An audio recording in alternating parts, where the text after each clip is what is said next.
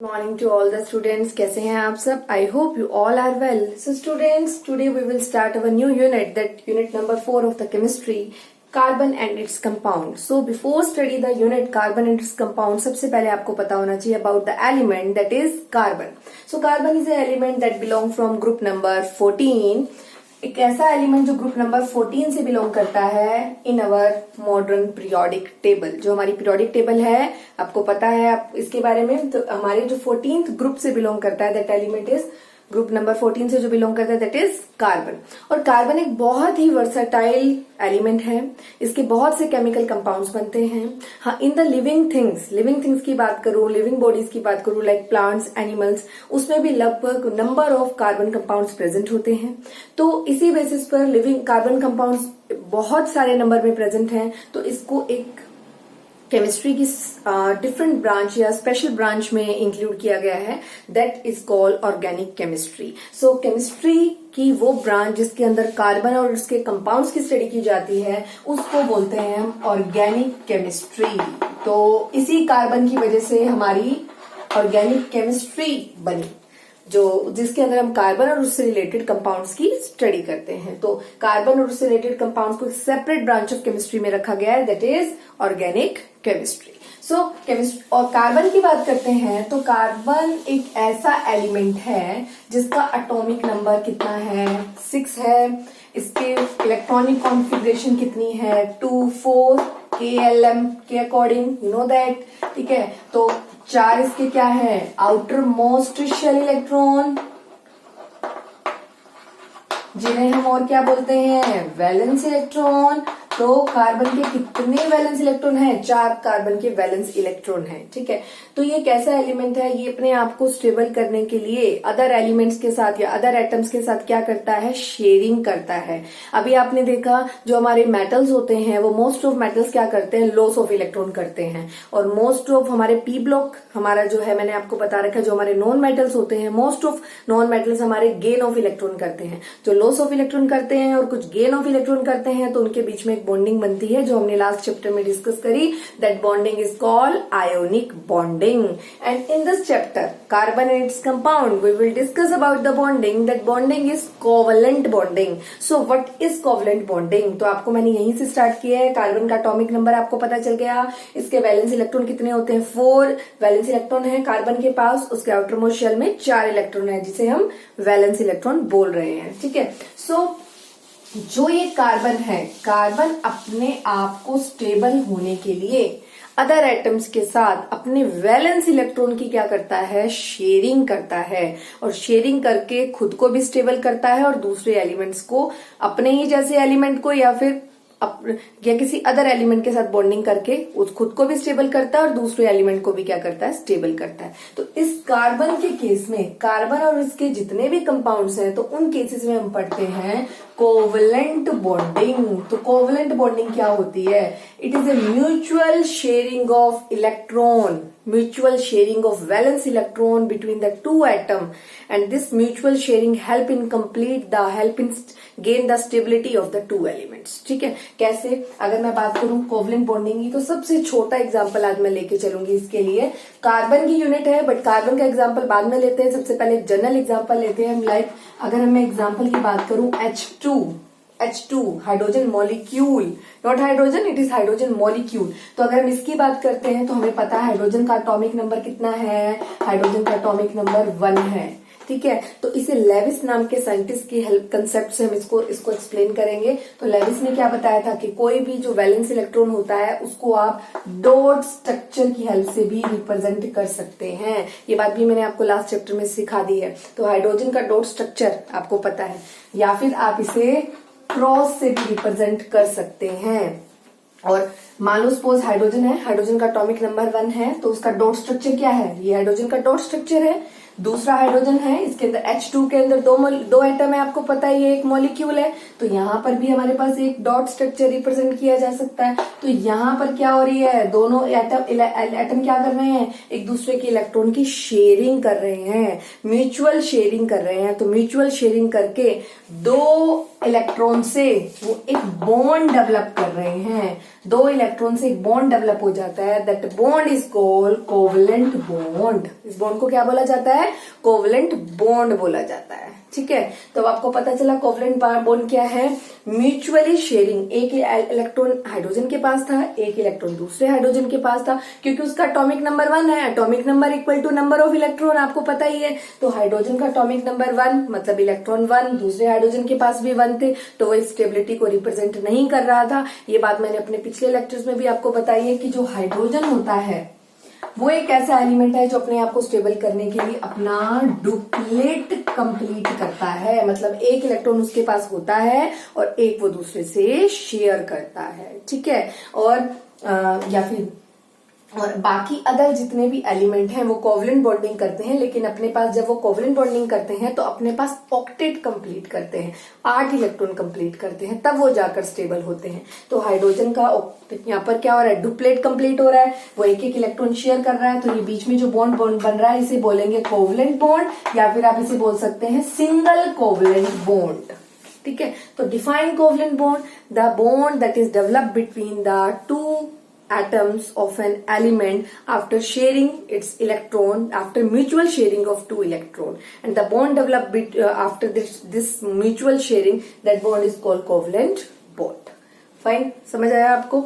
Next है, इसी के लिए हम बहुत सारे एग्जाम्पल ले सकते हैं इस बात को समझाने के लिए, कोवलेंट बॉन्ड वर्ड को समझाने के लिए we will take a number of example. हमारा सेकेंड एग्जाम्पल रहेगा Cl2 का। तो इसमें Cl के कितने एटम हैं? दो हमारे पास। तो एक क्लोरीन का एटॉमिक नंबर कितना होता है? हमने Cl2 की बॉन्डिंग रिप्रेजेंट करनी है, तो एक का कितना होता है एटॉमिक नंबर? 17। इलेक्ट्रॉनिक कॉन्फ़िगरेशन आपको सबको आनी चाहिए, 2 8 7।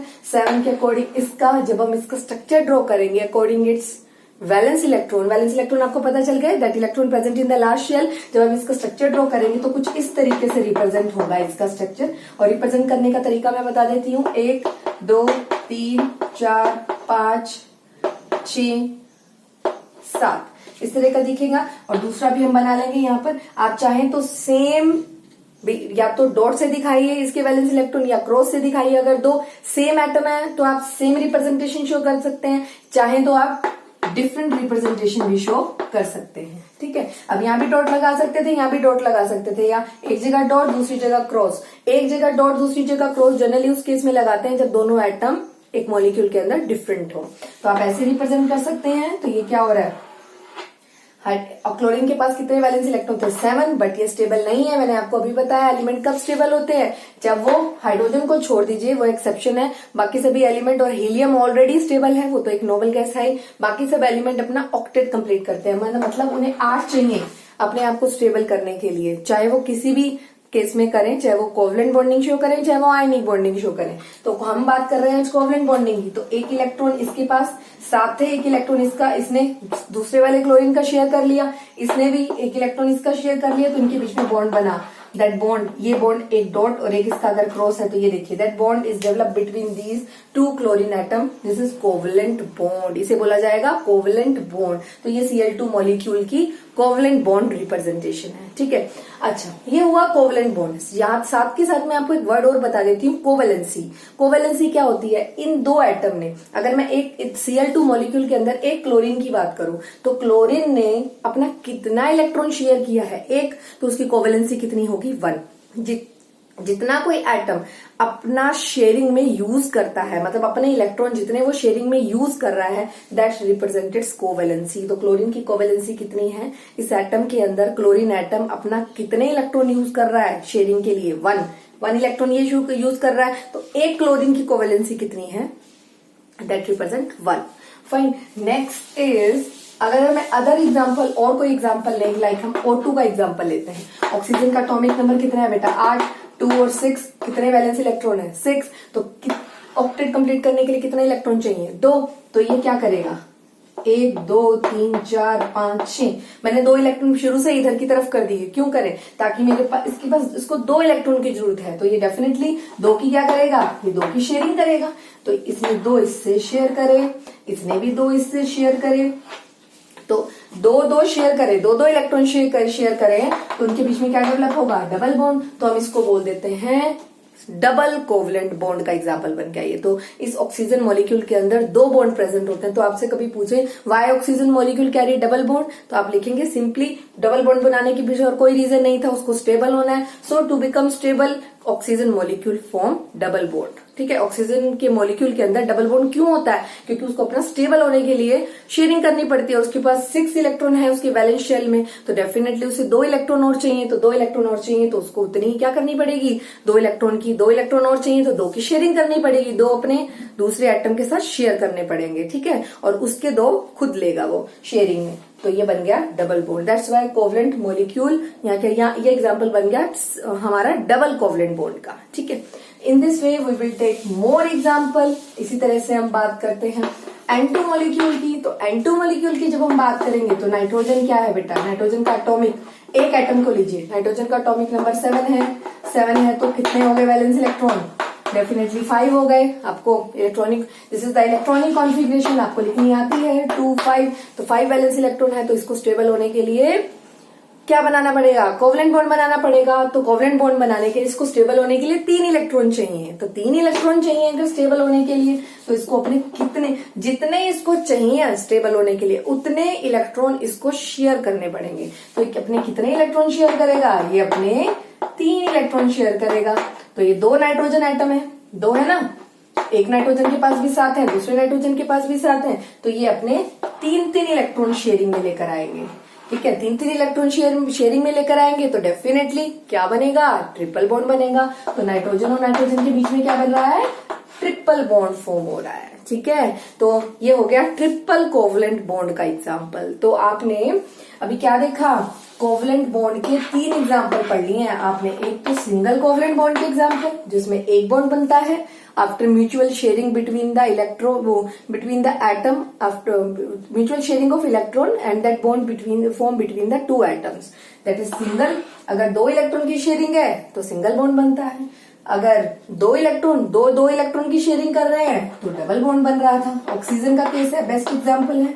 अगर कोई एटम अपने 3 और दूसरा एटम भी अपने 3 इलेक्ट्रॉन शेयर कर रहे हैं, दोनों मिलकर 2 एटम है आपस में शेयरिंग कर रहे हैं, अगर 3 इलेक्ट्रॉन की शेयरिंग कर रहे हैं तो ट्रिपल बॉन्ड बन रहा है। एग्जाम्पल क्या था, N2 का, इसमें बेस्ट एग्जाम्पल क्या था, H2 का, Cl2 का।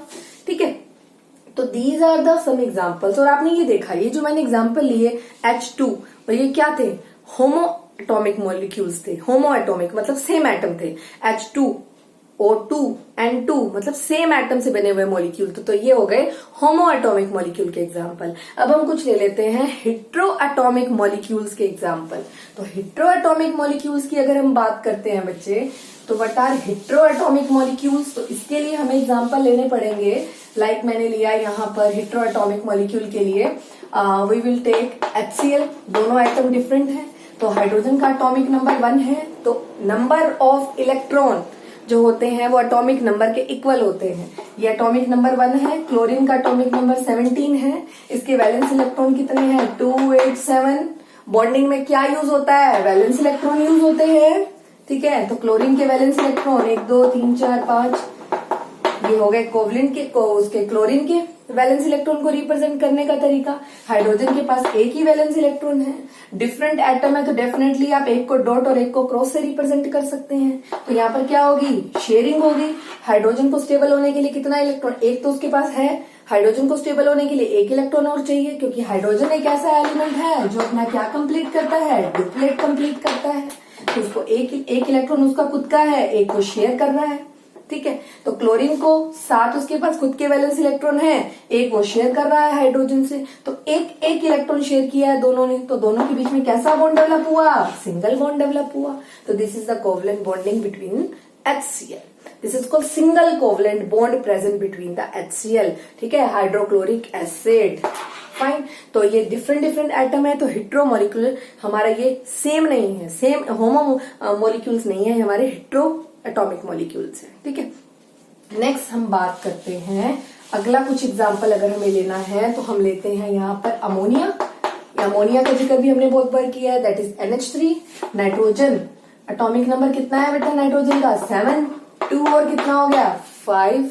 कितने इलेक्ट्रॉन की जरूरत है स्टेबल होने के लिए? 5 है ना। ऑक्टेट कंप्लीट करने के लिए कितने चाहिए? 3 चाहिए। तो 3 चाहिए तो इसको 3 के साथ क्या, 3 इलेक्ट्रॉन, 3 हाइड्रोजन अटैच है। Each hydrogen carry 1 electron. So 1 1 1, 1 2 3, each hydrogen carry 1 electron. Atomic number 1, atomic number equal to number of electron, और एक ही है, कोई वैलेंस में भी एक ही है। हाइड्रोजन के एटॉमिक नंबर भी 1 है, नंबर ऑफ इलेक्ट्रॉन भी 1 है, और वैलेंस इलेक्ट्रॉन भी हाइड्रोजन का 1 ही है। तो 1, और नाइट्रोजन के वैलेंस इलेक्ट्रॉन कितने हैं बेटा? 5, 1 2 3 4 और 5। तो एक हाइड्रोजन ये वाला अपना डुप्लेट कंप्लीट कर लेगा, एक हाइड्रोजन इस साइड से अपना डुप्लेट कंप्लीट कर लेगा, एक हाइड्रोजन इस साइड से अपना डुप्लेट कंप्लीट कर लेगा, और नाइट्रोजन अपना क्या कंप्लीट कर लेगा? 5 तो उसके पास है, नाइट्रोजन अपना कंप्लीट कर लेगा ऑक्टेट। ठीक है, तो ये बन जाएगी कोवलेंट बॉन्डिंग। ये सब में सिंगल सिंगल बॉन्ड ही प्रेजेंट है, so it is also example of single covalent bond. ठीक है, और ये जो आपको ऊपर नजर आ रहा है, 2 ऐसे इलेक्ट्रॉन हैं जो शेयरिंग में नहीं है, इन्हें बोला जाता है अनशेयर्ड इलेक्ट्रॉन, या फिर हम इन्हें बोलते हैं lone pair. Must remember this is the ammonia molecule. ये एक अमोनिया का मॉलिक्यूल है, और सब आपस में क्या कर रहे हैं? शेयरिंग कर रहे हैं इलेक्ट्रॉन की, और इलेक्ट्रॉन की शेयरिंग करके क्या कर रहे हैं? कोवलेंट बॉन्ड फॉर्म कर रहे हैं आपस में। ठीक है, तो अगर मैं इसका स्ट्रक्चर ड्रॉ करूं, अगर हम इसका स्ट्रक्चर ड्रॉ करें तो इस तरीके से स्ट्रक्चर नजर आएगा, 1 2 3, और 2 इलेक्ट्रॉन ऐसे हैं जो शेयरिंग में नहीं है, उन्हें बोलते हैं हम lone pair. This is the structure of ammonia molecule. ठीक है, तो आपको सारे कोवलेंट बॉन्ड समझ आने चाहिए। कोवलेंट बॉन्ड किसकी हेल्प से बनते हैं? With the help of valence electron बनते हैं। ठीक है, next we will take, please note down. ठीक है, next we will take another example of, जो आपकी एनसीईआरटी का भी एक क्वेश्चन है, पहले हम वो एग्जांपल ले लेते हैं। हम लेते हैं CO2 मॉलिक्यूल। ठीक है, और CO2 मॉलिक्यूल में जो एक एटम है सेंटर में वही रहेगा जो सिंगल एटम है। इस तरह से अरेंजमेंट होगी, और दो तरफ से दूसरी तरफ जो मोर इलेक्ट्रॉन, हमारे जो ऑक्सीजन है, वो जो 2 एटम है हमारे पास उस साइड में हमारे अटैच होंगे। तो कार्बन का एटॉमिक नंबर बताइए मुझे। कार्बन का एटॉमिक नंबर है 6, वैलेंस इलेक्ट्रॉन कितने हैं? 4, और कोवलेंट बॉन्डिंग किसकी हेल्प से बनती है? वैलेंस इलेक्ट्रॉन की हेल्प से बनती है। तो और ऑक्सीजन का एटॉमिक नंबर कितना है? ऑक्सीजन का एटॉमिक नंबर 8 है, वैलेंस इलेक्ट्रॉन कितने हैं?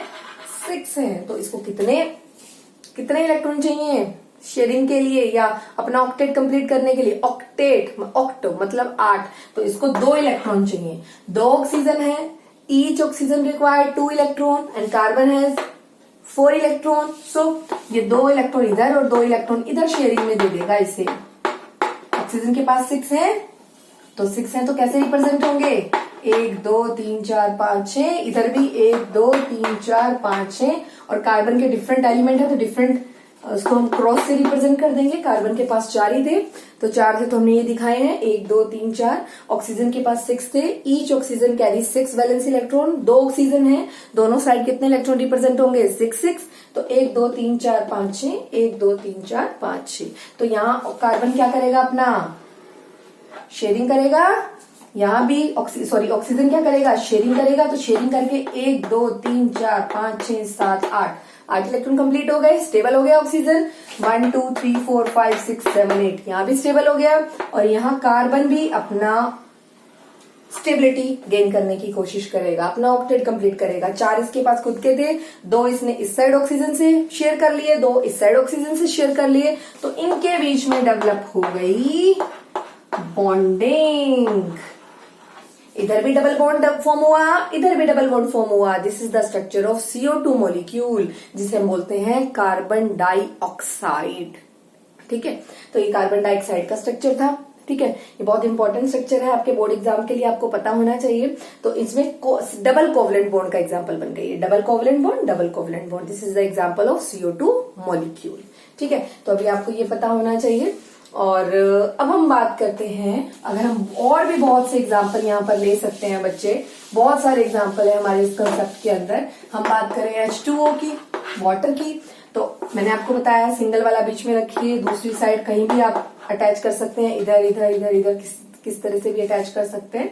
अब चाहे तो इसको इस तरह से भी अटैच कर सकते हैं। तो अभी हमारे पास क्या है, यहाँ पर क्या डेवलप होगा? ऑक्सीजन का एटॉमिक नंबर कितना है 8, वैलेंस इलेक्ट्रॉन कितने हैं 6, तो 1 2।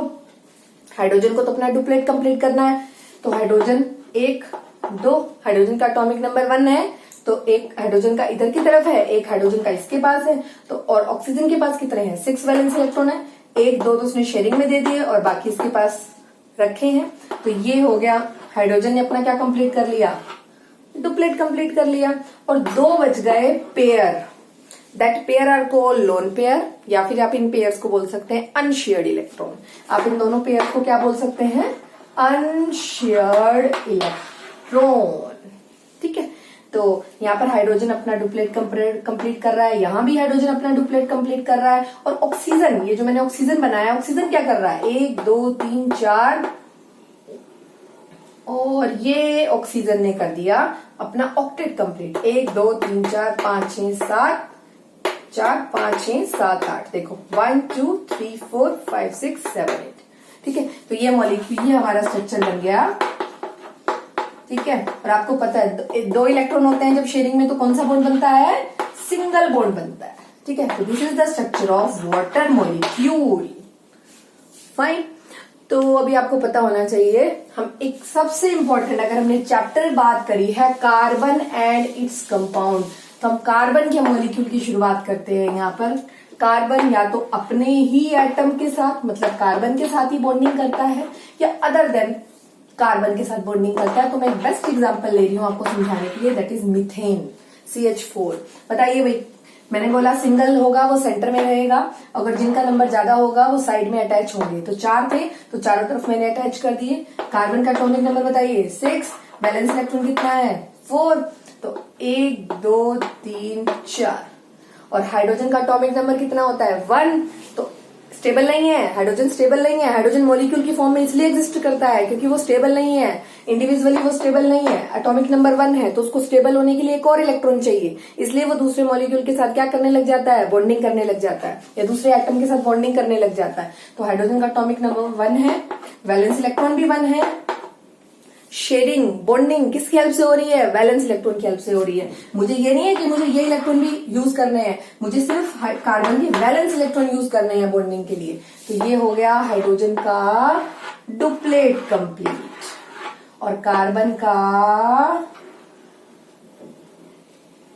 Octet complete. ठीक है, तो ये और ये कार्बन है, कार्बन का एक इलेक्ट्रॉन, हाइड्रोजन का एक इलेक्ट्रॉन, इनके बीच में क्या बन गई बेटा, सिंगल बॉन्ड बन गया। यहाँ भी कार्बन का एक इलेक्ट्रॉन, हाइड्रोजन का एक इलेक्ट्रॉन, इनके बीच में क्या बन गया, सिंगल बॉन्ड बन गया।